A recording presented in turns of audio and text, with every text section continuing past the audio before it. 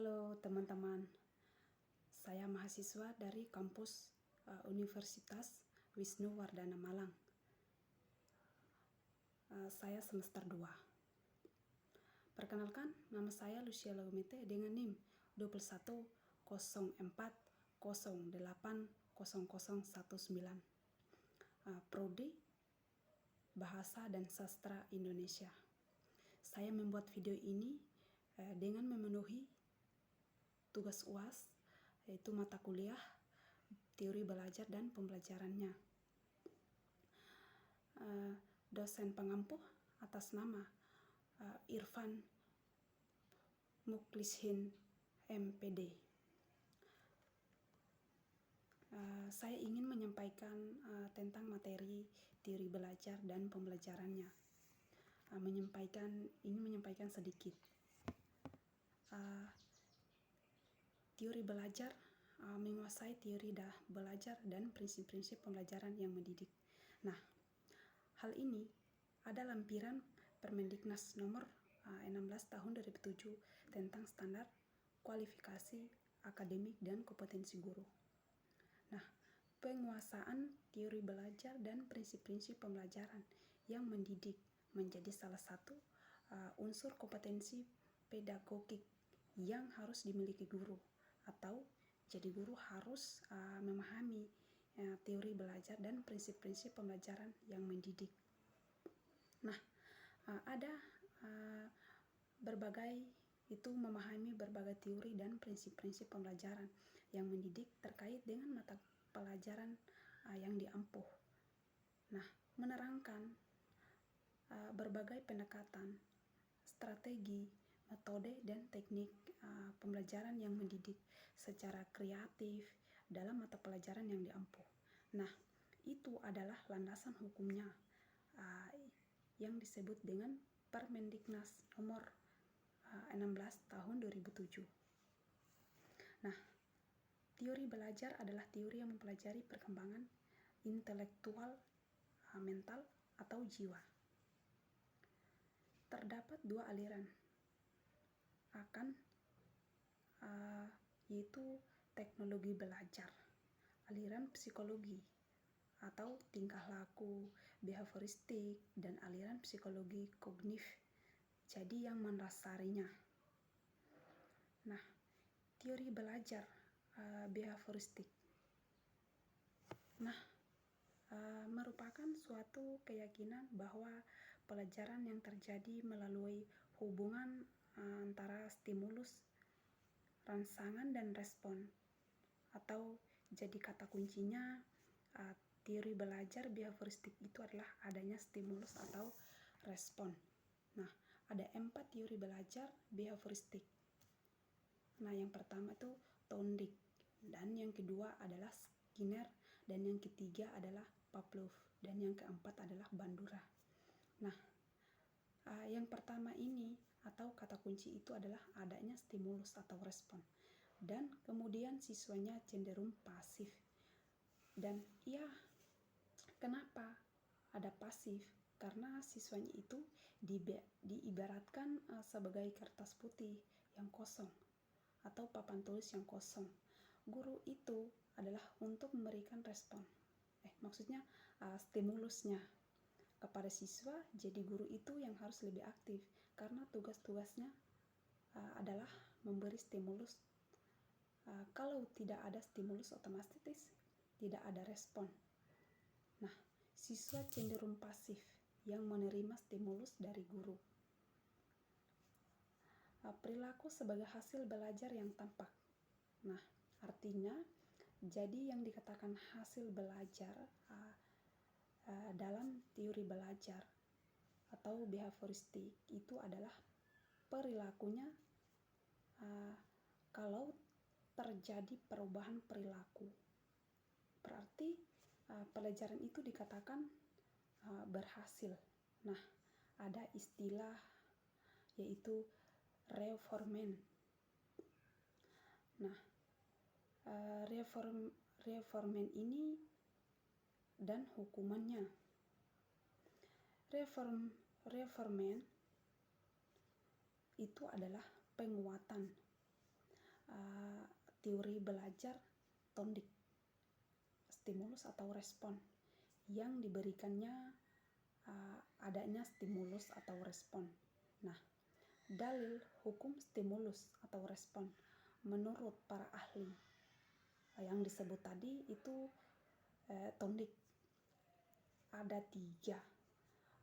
Yang pertama itu ada hukum kesiapan yang disebut dengan law of readiness, adalah kesiapan seorang anak dalam melakukan suatu kegiatan. Nah, yang kedua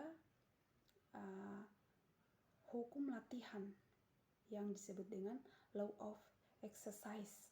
Itu artinya stimulus atau respon yang sering terjadi maka akan semakin kuat. Demikiannya sebaliknya, artinya apa? Misalnya jika diberikan stimulus berupa pemberian hadiah atau reward kepada siswanya yang aktif bertanya di kelas, aktif dalam kegiatan diskusi. Nah, yang ketiga, hukum akibat yang dalam artinya law of effect. Nah, itu artinya adanya kepuasan yang terbentuk dari stimulus atau respon. Maka, anak cenderung berusaha dan meningkatkan apa yang telah dicapainya. Contohnya, misalnya sudah pernah merasakan aktif dalam kelompok, kemudian diberikan oleh reward, poin-poin tertentu keaktifan. Nah, bertanya siswanya itu akan semakin banyak berevaluasi. Nah, itu adalah hukum akibatnya. Jadi ada stimulus dan respon. Nah, ada respon, itu adalah teori belajar tondik. Tondik salah satu penganut behavioristik yang selanjutnya. Yang selanjutnya itu ada teori belajar Pavlov yang dikenal konsep pembiasaan kondisionik. Itu artinya contohnya agar siswa mengerjakan soal PR dengan baik, maka biasakanlah periksa, menjelaskan tentang materi, atau misalkan memberikan tugas.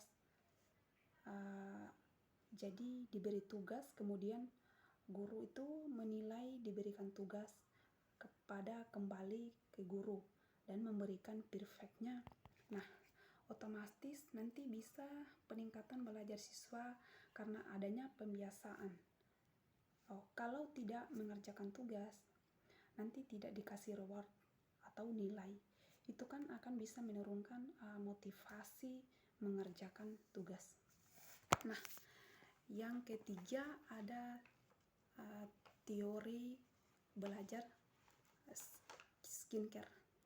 Nah, ada 2 macam. Yang pertama yaitu stimulus positif, yang kedua adalah stimulus negatif.